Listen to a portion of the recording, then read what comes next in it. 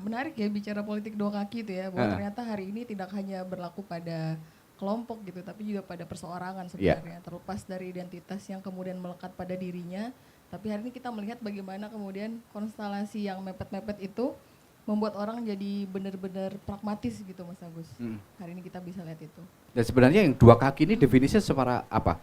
Apakah yang koalisi beda tidak linear atau mungkin secara spesifik tadi per orang di dalam pengurus? Kalau secara spesifiknya sebenarnya politik dua kaki itu politik yang dilakukan dalam diam-diam begitu. Sifatnya eksklusif sebenarnya. Eksklusif ya. Lebih pada strategi juga, strategi gitu.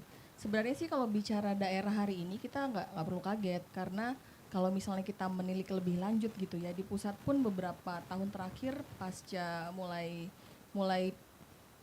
pemilu langsung pertama lah, kita udah lihat bagaimana model politisi kita di pusat sana gitu misalnya Mas. Kalau yang paling deket sih bicara politik dua kaki itu deketnya sama kartel politik gitu Mas. Lebih ke kartel politik. Kartel politik, ada kolusi yang dilakukan. Oke, strategi itu berarti bisa dilakukan oleh partai itu sendiri? Iya Mas, tadi saya bilang kan sekelompok, bisa dilakukan oleh kelompok, kemudian hari ini dilakukan oleh perseorangan. Nah kemudian makin kesininya, makin membuka ruang bahwa kadang-kadang juga setengah dilakukannya. Tapi itu tidak terlalu baik bagi demokrasi. Kenapa? Karena harusnya kan masa semakin berkembang, zaman berkembang, artinya harusnya ada hal-hal baik yang dilakukan gitu ya, atau ditunjukkan oleh para elit-elit lokal tadi. Dan sekarang masih terjadi sekarang? Sure, masih lah. Karena itu bagian dari strategi Mas. Iya. Strategi bahwa kemudian itu saya pribadi menilainya tidak terlalu baik karena tidak memberikan impact yang bagus kepada pendidikan politik masyarakat. Ya baik, Bang Orbat, kira-kira sepakat nggak bahwa itu adalah strategi? Artinya kalau strategi bisa dimainkan oleh partai sebenarnya untuk dua kaki ini? Iya, tapi kami dari PSI tidak bermaksud untuk bermain dua kaki, walaupun tidak linear ya, tidak linear. Misalnya provinsi dengan kota kabupaten. Tetapi kami begini. Ada satu prinsip yang kami pegang sebagai pendukung pemerintah sekarang, pemerintah yang terpilih di KIM, itu prinsipnya adalah kepala-kepala daerah ini dapat mendukung dan atau sinkron dengan program pemerintah pusat. Maka kami menjatuhkan pilihan kepada siapa yang kami yakini dapat membantu pemerintah pusat dalam hal ini. Jadi dua-dua yang kami dukung ini di kota misalnya Sakar Li Claudia Chandra, kemudian di provinsi Pak Rudi dengan Onur Rafiq, dua pimpinan ini, pasangan pemimpin ini, calon pemimpin ini, kami lihat adalah pemimpin yang track recordnya itu selalu sejalan dengan pemerintah pusat. Jadi kami tidak, dalam hal ini kami tidak melihat kami main dua kaki. Bahwa koalisinya ada berbeda di sini dengan di sana, itu adalah satu keniscayaan yang terjadi selama ini di dalam perpolitikan kita. Tetapi PSI konsisten untuk melihat ini harus sinkron dengan pemerintah pusat. Jadi lebih pada porsi ke pemerintah pusatnya. Tapi kan sebenarnya kan sama-sama kita belum tahu siapa nanti yang akan menang nantinya. Tentu kami ada hitungan-hitungan sendiri. Memang yang mengetahui yang menang ini hanya yang di atas ini. Betul, tapi kami ada hitungan sendiri dan kami meyakini bahwa calon yang kami dukung ini adalah kandidat yang paling mungkin untuk menang. Oke, Bang Agus, gimana Bang Agus? Responnya nih, ini hampir mirip-mirip saja sana, karena di kota sama di provinsi berbeda. Jadi kita harus kembali dulu Bang. Antara pileg dengan pilkada itu jauh berbeda sebenarnya. Dan kemudian konstelasi pilkada itu lebih kepada konstelasi tokoh. Bukan sekedar partainya saja. Kalau kemudian tokoh itu melekat pada partai itu lain soal. Tetapi tokoh inilah yang kemudian akan memimpin nantinya, akan diharapkan menjadi pemimpin nantinya ketika menang dalam pilkada. Maka dalam konstelasi pilkada, tokoh-tokoh ini yang akan bertarung. Makanya kan tidak jarang dan sudah lumrah sebenarnya dari pilkada ke pilkada, partai-partai itu tidak selalu sama antara pilihan baik di tingkat kota kabupaten maupun dengan provinsinya dalam sebuah pilkada. Itu tergantung dari tokoh atau figur yang kemudian diangkat untuk menjadi calon wali kota, calon bupati, atau kemudian calon gubernurnya. Ini sangat berbeda. Jadi tidak bisa disamakan. Yang asik adalah ketika kemudian di pilkada saat ini itu ada putusan MK 60. Ya. Itu yang menjadi alasan saya kenapa hiatus sementara. Gitu. Sampai semua positioning politiknya jelas, baru kemudian kita muncul lagi. Atau jangan-jangan Gelora yang bikin nggak jelas itu, jangan-jangan. Jadi kita melihatnya bahwa putusan MK 60 ini yang kemudian membuka ruang ya bagi tokoh-tokoh publik yang awalnya mungkin terkunci positioningnya, tidak bisa bermanuver karena ada persyaratan yang 20% atau 25% suara yang semulanya seperti itu, yang membuat mereka nggak bisa untuk kemudian maju karena kekurangan dukungan. Dan dengan putusan MK itu yang mengubah konstelasi politik ini, yang memungkinkan mereka akhirnya maju dengan dengan cukup 10% kalau di Kepri kalau nggak salah, atau di Kepri ya kalau nggak salah sekitar 10%. Yang akhirnya ya semua orang berhak untuk maju, dan distribusi parpol ini juga jadi lebih banyak ke kandidat-kandidat. Ya saya pikir bukan dua kaki itu bukan kemudian tidak linearnya dukungan, tetapi saya menganggap keputusan partai untuk memilih kandidat di kabupaten tertentu, kota tertentu, dan provinsi tertentu berbeda pilihannya dengan yang lain, ya itu terkait dengan kapasitas kandidat yang diusung. Ya, artinya hampir sama dengan yang disampaikan oleh Bro Onwat. Gimana Mbak Lina? Tadi ada perbedaan nih sebenarnya. Dari politisi memang betul, tentu kan begitu kan. Tidak, itu bukan menjadi bentuk dari main dua kaki. Karena berbeda. Sebenarnya gimana? Masuk nggak dua kaki? Masuk sebenarnya. Masuk ya. Karena dia bagian dari strategi, Mas. Kalau strategi itu kan setiap partai politik juga kadang tidak menyampaikan apa strategi mereka. Karena tadi politik dua kaki itu kadang dia eksklusif, kemudian dilakukan secara biasa-biasa saja gitu, tidak terlihat terlalu menonjol seperti yang dilakukan oleh Gelora misalnya. Diam-diam aja tiba-tiba sudah keluar putusan itu. Tapi seperti yang Mas Agus sampaikan tadi, pasca putusan MK itu keluar, itu kan membawa hawa-hawa baik bagi demokrasi di tingkat lokal. Benar bahwa pada pilkada yang lebih dilihat adalah kualitas dari si calonnya. Misal kalau kita bicara, yang mana dulu enaknya? Yang gubernur misalnya begitu ya. Bagaimana hari ini ada orang yang berdarah-darah gitu, saya ganti. Yang cukup lama di Golkar gitu, kemudian tidak diusung oleh partainya sendiri. Tapi bukan berarti kemudian Golkar tidak main di dua kaki, dia juga main gitu. Dan juga orang dari Golkar tadi yang didukung oleh PDIP juga main.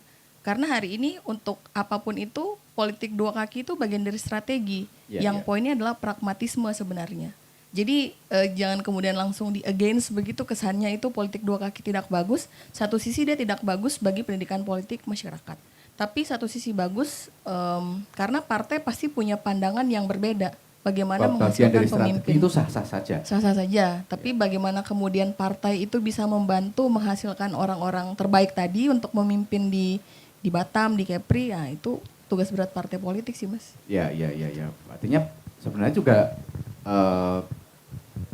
partai untuk mengakui bahwa ya kita bisa main dua kaki, tapi dalam bentuk seperti ini kan nggak ada masalah juga. Iya, karena hari ini kalau kita lihat 5 tahun terakhir, partai itu cenderung takut untuk menjadi oposisi.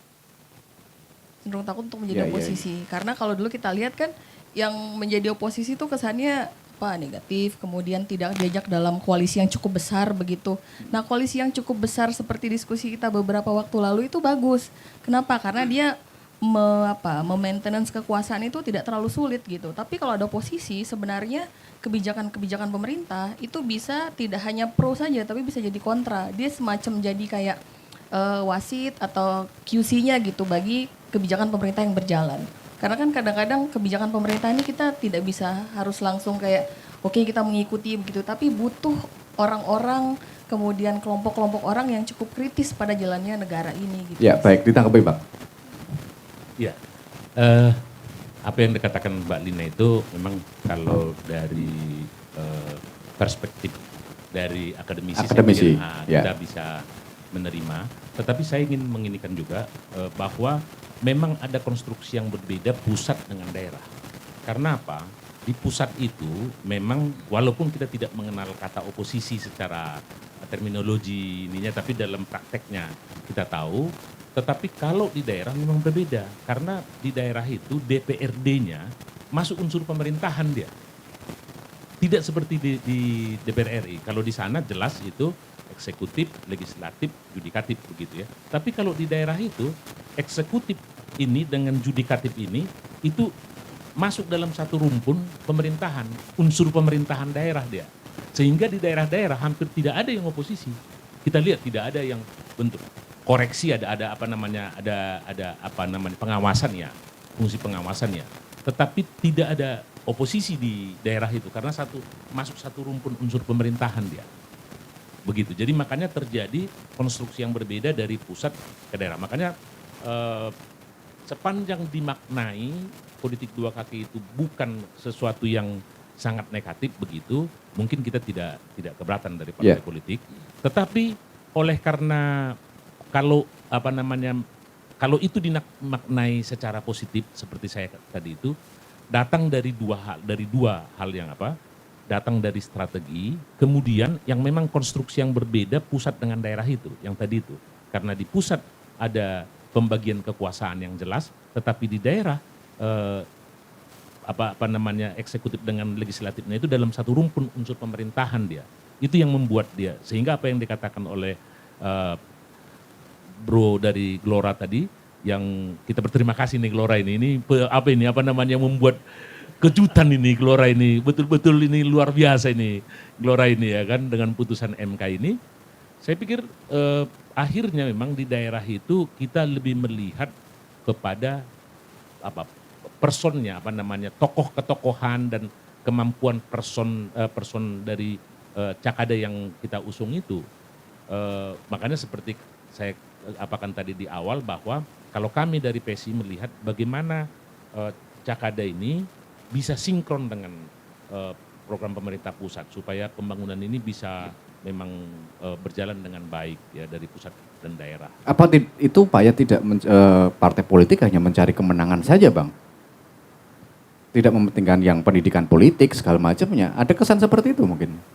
Iya, kalau mungkin kesannya, tetapi kami dari partai politik tidak bermaksud seperti itu. Walaupun memang kemenangan itu kita jujur ya, bahwa partai politik itu memang sangat menghendaki, saya katakan sangat menghendaki kemenangan. Karena dengan kemenangan itu baru dia bisa mengejawantahkan apa yang menjadi cita-cita dari platform partai itu sendiri, kira-kira begitu. Tetapi karena memang konstruksi politik kita yang ketatanegaraan kita yang berbeda pusat dengan daerah itu, dulu kami sebenarnya dari DPRD itu menginginkan juga di DPRD itu tetap dia menjadi lembaga legislatif seperti pusat, tetap tidak merupakan pancaran dari kekuasaan eksekutif dia dari unsur pemerintahan daerah, tetapi kenyataan seperti itu sekarang ini. Itu yang mungkin bagi teman-teman akademisi bisa melihat hal ini lebih jernih ya di daerah itu, karena memang tidak ada oposan kita muncul di daerah, tidak muncul itu di daerah, dan memang tidak dimungkinkan muncul karena peraturan perundang-undangannya begitu, peraturan perundang-undangannya yang buat begitu. Ya baik, gimana Mas? Hanya mencari kemenangan partai politik? Ya namanya bagian dari instrumen demokrasi dalam pertarungan pesta demokrasi, ya pasti semua partai atau semua kandidat akan bersaing untuk menang. Tidak ada yang bersaing itu untuk kalah.